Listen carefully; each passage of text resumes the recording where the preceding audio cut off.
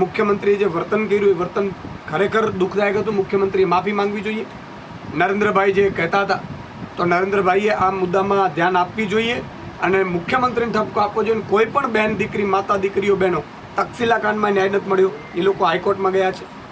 અગ્નિકાંડમાં ન્યાય નથી મળ્યો, આપણે જોઈ લીધું. રાજકોટમાં પણ હજી અગ્નિકાંડમાં ન્યાય નથી મળ્યો. મોરબીના બ્રિજ કાંડમાં ન્યાય નથી મળ્યો. ભાજપના રાજમાં ન્યાય મળતો નથી, હકીકત છે.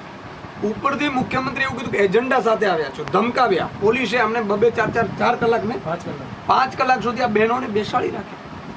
ખબર કોઈ પૂછવાનો આવે અને મીડિયા ન મળે એના માટે ધ્યાન રાખવામાં કે ભાઈ એવું શું કામ કરો છો? તમે ત્રણે કહી દો કે 40 લાખ રૂપિયા જે આપવાના છે આપી દે, અને જે વિનોદ રાવ અને જેટલા પણ અધિકારીઓ છે, જે જવાબદારો છે, એની સામે FIR થાય. પ્રમોશનો કેમ આપવામાં આવે છે? તો દીકરી તો પાછી નહીં જ આવી શકવાની, આપણે ખબર છે. કોઈ પણ મુખ્યમંત્રીઓ નહીં આવી શકે, પણ ન્યાય તો અપાવી શકે ને. મુખ્યમંત્રી મળે છે તો હવે પાછું એમ કહે છે કે તમને સરકારી વકીલની જરૂર છે તો અમે આપીશું તમને. હાઈકોર્ટમાં કેસ ચાલે છે, હાઈકોર્ટમાં કેસ ચાલે તો તમે FIRમાં નામ જઈ તો કરો. તમને કોણ રોકે છે?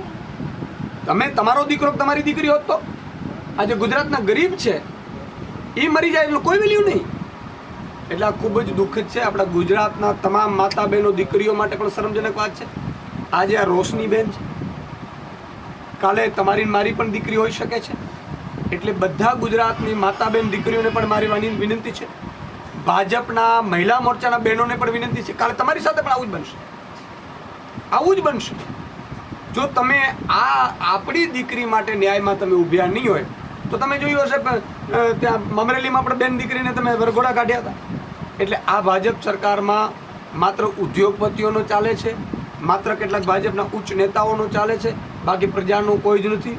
કોન્ટ્રાક્ટર, સરકારી જે પદાધિકારીઓ છે, મેયર, સ્ટેન્ડિંગ કમિટી ચેરમેનો, એ બધા કોન્ટ્રાક્ટરો છે એ અને અધિકારીઓ છે એ અને મંત્રી સુધી જવાબદાર છે અને એની સામે પગલાં લેવા જોઈએ એવી અમારી પણ માંગણી છે.